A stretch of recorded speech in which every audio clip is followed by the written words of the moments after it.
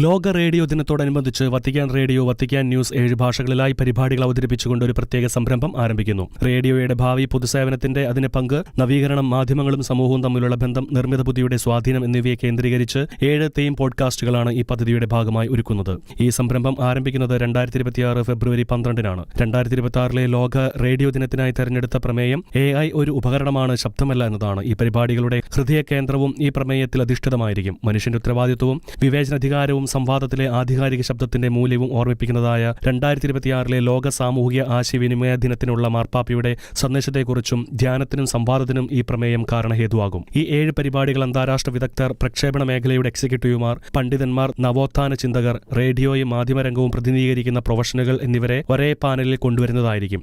ശബ്ദം, ബന്ധം, അടുപ്പം എന്നിവയിൽ അടിയുറച്ച ആഴമേറിയ മാനുഷിക മാധ്യമമായ റേഡിയോ തന്റെ തനിമ നഷ്ടപ്പെടാതെ ഈ AI യുഗത്തിൽ എങ്ങനെ നിലനിൽക്കാമെന്നും വളരാമെന്നും പഠിപ്പിക്കുന്നതായിരിക്കും.